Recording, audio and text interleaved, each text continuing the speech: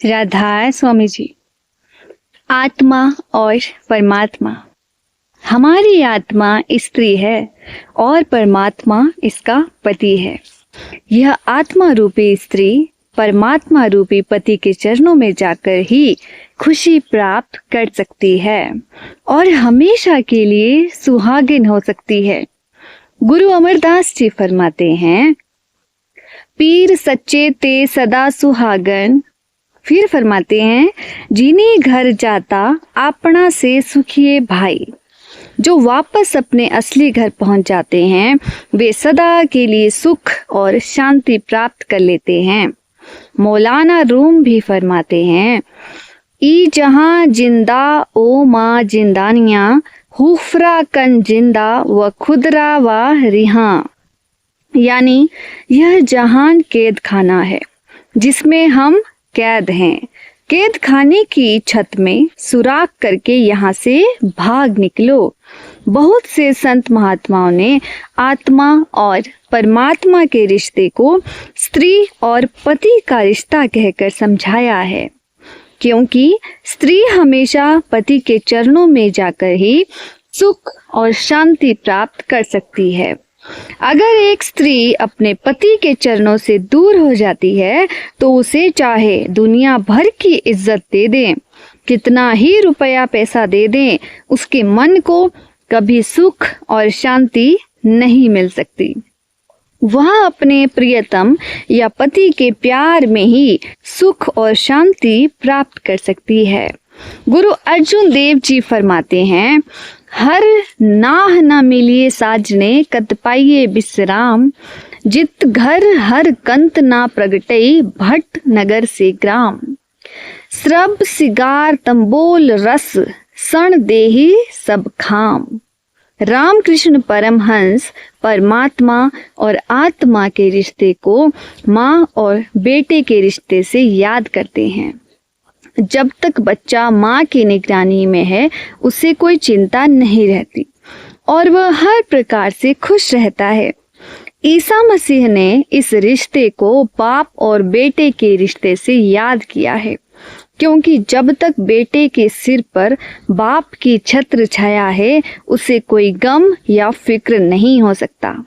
इसी तरह हमारी आत्मा परमात्मा को पाकर ही सच्चा सुख और सच्ची शांति प्राप्त कर सकती है जी। संसार की अवस्था सहजोबाई जो एक बहुत प्रसिद्ध महात्मा हुई हैं, कहती हैं, धनवंते सब ही सुखी निर्धन है दुख रूप, साध सुखी सहजो कहे पायो भेद अनूप। इसी प्रकार कबीर साहिब फरमाते हैं कि राजा और प्रजा सब दुखी नजर आते हैं। दुनिया के सब जीव अपनी अपनी जगह दुखों और मुसीबतों के मारे हुए हैं। असली सुख और शांति उसी को है जिसने मालिक की भक्ति और प्यार का आसरा लिया हुआ है।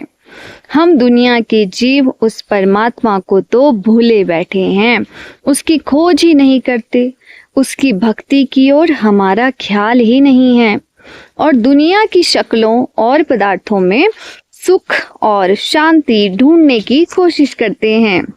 हम सबका अनुभव है कि जितना हम उस परमात्मा को भूलकर सुख और शांति ढूंढ रहे हैं उतना ही दिन रात ज्यादा दुखी होते जा रहे हैं, क्योंकि जिन शक्लों और पदार्थों में हम सुख ढूंढ रहे हैं वे सब चीजें आर्जी हैं और उनका सुख भी केवल आर्जी ही हो सकता है। जब तक हमें वह चीज ना मिले जो कभी नाश ना हो, हम उसे अपना ना बना ले, हम सुख और शांति कैसे प्राप्त कर सकते हैं? क्योंकि जिस चीज के आने में खुशी होती है उसके जाने में वैसा ही दुख होता है। शादी के समय हमारे मन में कितनी खुशी होती है, लेकिन अगर उसी साथी से झगड़ा हो जाए तो हम कितने दुखी हो जाते हैं। जिस संतान के जन्म पर हम दावतें करते हैं, खुशियां मनाते हैं, अगर वही संतान नालायक निकले, कहने में ना चले, बीमार हो जाए या परमात्मा उसे वापस बुला ले, तो जरा सोचें कि वो हमारे लिए कितने दुख का कारण बन जाती है।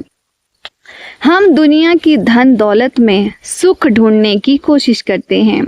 आप सोचें, इसे कमाने के लिए कितने दुख, कितनी मुसीबतें सहनी पड़ती हैं। अपने कीमती उसूलों को भी कुर्बान करते हैं, सेहत का भी सत्यानाश कर लेते हैं और कई प्रकार की मानसिक बीमारियां मोल ले लेते हैं। राधा स्वामी जी।